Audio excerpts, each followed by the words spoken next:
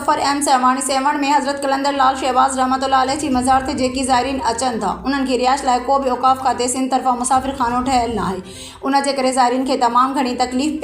पेश अची रही आहे। जॾहिं त हज़रत कलंदर लाल शहबाज़ रहमतुल्लाह अलैह जी मज़ार ते रखियल नज़राने जी पैतियुनि मां निकिरंदड़ करोड़े रुपयनि जी रक़म औक़ाफ़ खातो किथे ख़र्च करे रहियो आहे, जॾहिं त औक़ाफ़ खातो ज़ाइरीन लाइ मुसाफ़िर ख़ानो बि तामीर न कराए सघियो आहे।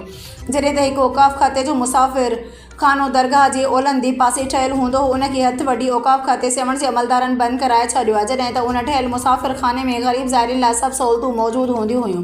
उन मुसाफ़िर ख़ाने में वॉशरूम वज़ू ख़ानो बि ठहियलु हूंदो, पर का बि ख़बर नाहे त उन ठहियल सरकारी मुसाफ़िर ख़ाने खे छो बंदि कयो वियो आहे।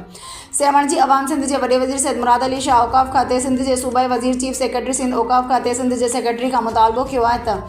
खुदारा सेवण में हज़रत कलंदर लाल शहबाज़ रहमतुल्लाह अलैह जी दरगाह जो हथ वठी बंदि कयल मुसाफ़िर ख़ानो खोलायो वञे ऐं दरगाह ते ईंदड़ ग़रीब ज़ाइरीन खे रिहाइश जी सहूलियत मुयसर कराए ॾिनी वञे ऐं इंक्वायरी कराई वञे त औक़ाफ़ खाते सेवण जे अमलदारनि हलंदड़ उहो मुसाफ़िर ख़ानो कंहिं जे चवण ते बंदि करे छॾियो आहे। उन मुसाफ़िर ख़ाने खे बंदि कराईंदड़ औक़ाफ़ खाते जे अमलदारनि ख़िलाफ़ क़ानूनी कार्रवाई कई वञे।